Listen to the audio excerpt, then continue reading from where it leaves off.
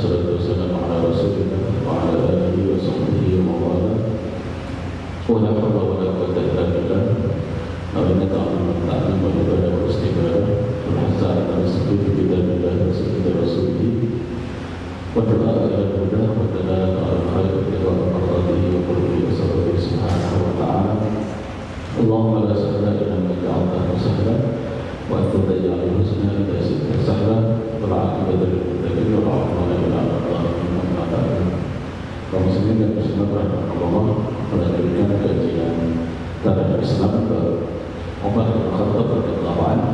Pada pertemuan kemarin kita sudah membahas tentang bagaimana Abu Bakar As-Siddiq radhiyallahu anhu meminta Umar bin Khattab untuk terlibat dalam kebijakan-kebijakan yang akan diambil oleh Abu Bakar As-Siddiq radhiyallahu anhu di masa pemerintahannya, sebagaimana disampaikan oleh Sayyidina Abu Bakar As-Siddiq radhiyallahu anhu.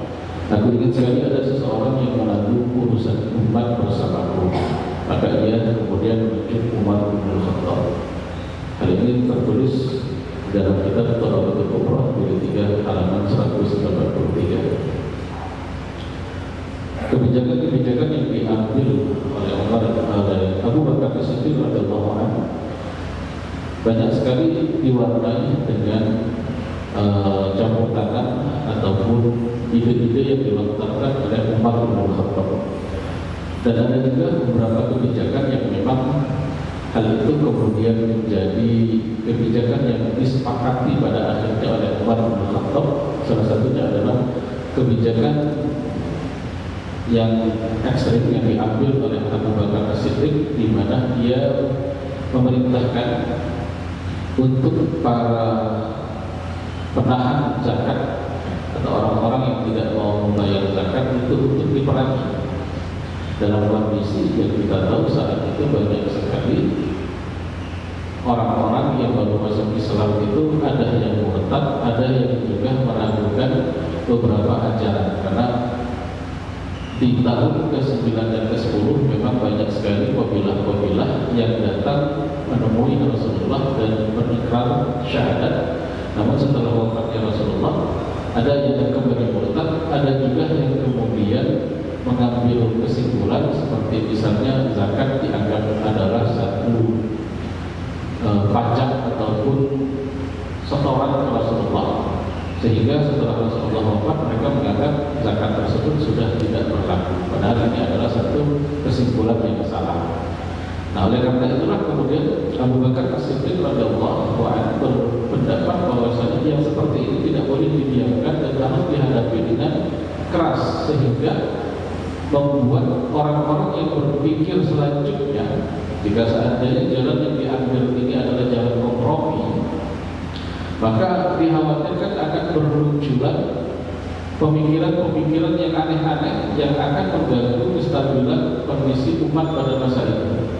Sehingga Abu Bakar yang sebagaimana kita ketahui bersama, Abu Bakar ini adalah rajulun asif, artinya orang yang sangat mudah sekali tersentuh hatinya. Kalau sholat itu Abu Bakar itu sering sekali menangis kalau sholat di belakang Rasulullah, sehingga tidak ada bayangan bahwasanya Abu Bakar itu akan bersikap sekeras itu. Dan ini ternyata sisi balik dibandingkan sebalik daripada Abu Bakar As-Siddiq yang memiliki pemikiran yang logis dan cerdas. Jadi di tengah kelembutan beliau juga bisa membedakan kapan harus keras, kapan harus lembut. Bahkan sampai-sampai Sayyidina Umar sendiri berpikir untuk mencari kompromi, jalan tengah, tidak sampai memerangi, karena pada saat itu kondisi masyarakat sedang kacau balau, banyak yang murtad, banyak yang memberontak dan lain sebagainya, sehingga dikhawatirkan kalau terlalu keras takutnya nanti ada hal-hal yang tidak diinginkan. Dan ini ditegur oleh Abu Bakar yang mengatakan, wahai Abu Abdullah, wahai Umar bin Khattab, apakah engkau seorang pemberani di masa jahiliyah akan menjadi pengecut di masa Islam? Dan ucapan ini diucapkan oleh Abu Bakar yang terkenal sebagai orang yang lembut. Dan Allah bukakan kesadaran kepada Umar bin Khattab bahwasanya memang benar pendapat daripada Abu Bakar itu adalah suatu hal yang benar, dan terbukti setelah Abu Bakar As-Siddiq menunjukkan tariknya, menunjukkan kekuatannya dengan memerangi orang-orang yang berupaya untuk mengubah aturan-aturan Allah, maka yang lain itu berpikir sehingga kondisi menjadi lebih stabil. Begitu juga kemudian setelah kondisi lebih stabil, Umar bin Khattab kemudian mengusulkan kepada Abu Bakar agar mereka mengirim pasukan yang tugasnya adalah berkeliling di perbatasan Syam dan Irak, sehingga posisi tersebut terjaga dari gangguan-gangguan yang dilakukan oleh pasukan-pasukan Romawi yang menganggap bahwasanya kondisi psikologi daripada umat Islam sedang lemah sehingga gampang untuk diserang. Tapi ketika Abu Bakar atas usulan dari Umar mengirim pasukan yang dipimpin oleh Khalid bin Walid dan Iyad bin Ghanam, hal ini ternyata memberikan efek yang positif dikarenakan pasukan Romawi sadar bahwasanya meskipun Rasulullah wafat, tapi kaum muslimin tetap solid, bahkan tetap sekuat biasanya. Nah, ini dalam masalah militer. Kemudian ada juga satu kebijakan yang diusulkan oleh Umar bin Khattab, dan yang menarik, kebijakan ini terkait dengan masalah keuangan, yaitu yang berkaitan dengan administrasi keuangan negara. Satu hari setelah dibaiatnya Abu Bakar As-Siddiq yang dilanjutkan dengan dimakamkannya Rasulullah SAW, Umar bin Khattab ini keluar untuk menemui Abu Bakar, dan didapatkan Abu Bakar ini ternyata tidak ada di rumah. Beliau khalifah yang seharusnya menunggu kalau ada apa-apa di kalangan kaum muslimin, tapi ternyata tidak didapatkan di rumah. Maka ia tanya kepada anak-anaknya Abu Bakar, ditanya kepada Asma, kepada yang lain, mana ayah kalian? Maka mereka menjawab, ayah kami sedang berjualan di pasar. Khalifah jualan di pasar. Kata Umar, loh kok bisa? Beliau kan sudah dibaiat sebagai khalifah, kenapa beliau malah jualan? Maka disusul oleh Umar, ketemu dengan Abu Bakar dan tanya, wahai Khalifah Rasulullah, kenapa Anda malah berjualan, bukan menjalankan fungsi Anda sebagai khalifah, sebagai pemimpin? Maka Abu Bakar mengatakan, wahai Umar, aku masih punya anak istri, sementara aku tidak punya penghasilan kalau aku tidak berjualan. Nah, ini konsep Pak. Dulu di zaman para sahabat itu tidak ada ceritanya jabat itu dapat gaji, nggak ada. Apalagi kenaikan gaji, nggak ada. Abu Bakar itu nggak kepikiran kalau posisinya sebagai khalifah itu dapat tunjangan dari negara dalam bentuk gaji, dan itu seharusnya ada, tapi mereka tidak mikir ke sana. Jadi ya udah ikhlas aja, jalankan aja. Cuma masalahnya Abu Bakar As-Siddiq itu kan punya tanggungan, punya anak, punya istri, punya pembantu yang harus diberi makan. Maka kemudian Abu Bakar berpikir, kalau gitu ya saya jualan. Maka Umar bin Khattab terdiam. Lalu kemudian dia mengatakan, ini gak benar. Kalau Anda sibuk dengan jualan, bagaimana urusan upah? Tapi kalau beliau tidak jualan, beliau juga tidak bisa kasih nafkah ke anak istrinya, kepada yang ditanggungnya. Maka akhirnya Umar bin Khattab radhiyallahu anhu mengusulkan untuk ditetapkan upah harian untuk pejabat-pejabat tersebut, terutama pejabat khalifah. Berapa upahnya? Upahnya tidak besar. Upahnya cuma 2 dirham per hari. 2 dirham pada saat itu ya cukup untuk makan seharian. Itu upahnya Abu Bakar As-Siddiq, dan itu dialokasikan dari Baitul Mal. Jadi gajinya Abu Bakar As-Siddiq itu ketika jadi khalifah hanya 60 dirham. 60 dirham ini mungkin kalau dirupiahkan sekarang anggaplah 1 dirhamnya mungkin 40.000 mungkin ya, saya kurang paham juga. Berarti 4 kali 6. Nah segitulah gajinya beliau sebagai presiden, sebagai khalifah. Sehingga dengan gaji tersebut beliau tenang menjalankan tugas beliau sebagai khalifah, mengawasi urusan daripada masyarakat, daripada kaum muslimin. Nanti akan ada pembahasannya bagaimana kemudian di masa Umar hal ini disempurnakan dengan dibentuk satu administrasi kementerian yang disebut Kementerian Keuangan Negara. Jadi dari sinilah Pak Cikal Bakal yang kita sebut dengan Menkeu, Menteri Keuangan. Dari sini awalnya.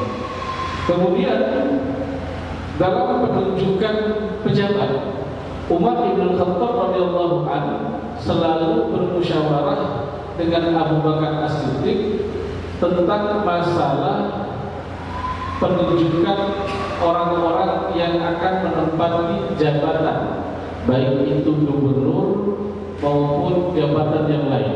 Contoh pada saat kasus penunjukan Ala bin Al-Hadrami dan Amr bin As yang masing-masing ditunjuk sebagai gubernur di kawasan Bahrain dan Palestina. Pada saat mereka ditunjuk itu, pada saat itu Umar bin Khattab memberikan ujian dan penekanan yang mana fokusnya adalah integritas dan transparansi. Nah, kebijakan ini nanti akan diambil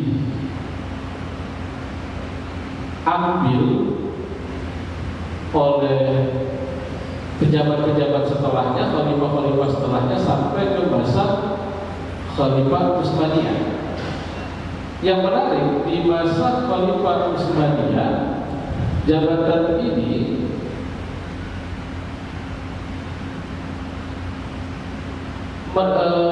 membuat Raja Swedia yang saat itu sedang berada di kawasan Turki Ottoman terinspirasi dari kebijakan tersebut, lalu menerapkannya ketika ia kembali ke negaranya. Kebijakan yang kita kenal sekarang dengan istilah ombudsman. Ternyata itu adalah kebijakan yang terinspirasi dari kebijakan Umar bin Khattab yang awal mulanya diterapkan di masa Abu Bakar As-Siddiq dan terinspirasi ataupun berasal dari usulan daripada Umar bin Khattab. Nanti di masa ketika Umar benar-benar menjabat sebagai khalifah, pada saat itu ada dibentuklah dewan resmi pengawas daripada para pejabat. Kemudian Umar bin Khattab juga termasuk orang yang mengusulkan kodifikasi Al-Quran atau pengumpulan Al-Quran. Kita tahu bahwasanya di masa Rasulullah SAW yang boleh ditulis itu hanya Al-Quran, hadis belum diperbolehkan kecuali diizinkan hanya di beberapa sahabat Nabi saja, karena khawatir nanti kecampur mana Al-Quran mana hadis. Nah, cuma yang jadi catatan adalah pencatatan Al-Quran di zaman Rasulullah itu tidak selengkap zaman sekarang. Maksudnya bagaimana? Setiap sahabat itu punya catatan masing-masing, sehingga kemudian misalnya dari mushafnya Sayyidina Ali bin Abi Thalib ternyata misalnya dimulainya dari surat Al-Baqarah misalnya. Kemudian di sahabat lain ada yang dimulai dari surat Al-An'am, karena tergantung posisi mereka pada saat surat tersebut turun. Jadi posisinya itu berserak, tidak terkumpul dalam satu tulisan, artinya dalam satu buku. Jadi masing-masing sahabat mereka hafal Quran, 30 juz mereka hafal, tapi dari sisi pencatatan itu posisinya masih berantakan. Awalnya tidak dianggap masalah karena para sahabat itu punya kemampuan hafalan yang luar biasa. Cuma pada saat perang Yamamah, saat perang melawan orang-orang murtad yang dipimpin oleh Musailamah Al-Kadzdzab, saat itu 70 orang sahabat penghafal Al-Quran itu syahid dalam perang itu. Sebelumnya di masa Rasulullah, pada saat posisi banyak orang yang datang ke Rasulullah pengen masuk Islam, peristiwa disebut dengan Bi'ru Ma'unah. Ada 70 orang sahabat yang terjebak, dan mereka ini adalah para penghafal Al-Quran yang kemudian mereka syahid, dibunuh dan dijebak oleh para musuhnya. Nah, ini 70 di peristiwa Bi'ru Ma'unah, kemudian 70 di peristiwa Perang Yamamah. Total ada 140 sahabat penghafal Al-Quran yang syahid dalam dua kejadian yang tidak terlalu jauh. Ini membuat Abu Bakar Umar bin Khattab radhiyallahu anhu merasa ini bahaya, karena mengandalkan hafalan dikhawatirkan kalau penghafalnya hilang pula Al-Quran. Maka Umar bin Khattab kemudian Allah berikan ilham untuk mengusulkan pengumpulan Al-Quran. Jadi baru dikumpulkan saja, dikumpulkan dalam satu lembaran. Nah, saat itu para sahabat belum terbiasa dengan seperti itu, karena mereka biasa dengan mushafnya masing-masing. Sahabat Muaz punya mushaf tersendiri, sahabat Ali punya mushaf tersendiri. Maka usulan Umar ini awalnya Abu Bakar ini menolak karena merasa ini tidak pernah diperintahkan oleh Rasulullah. Tapi Abu Bakar Umar mengatakan ini wallahi ini adalah suatu hal yang baik.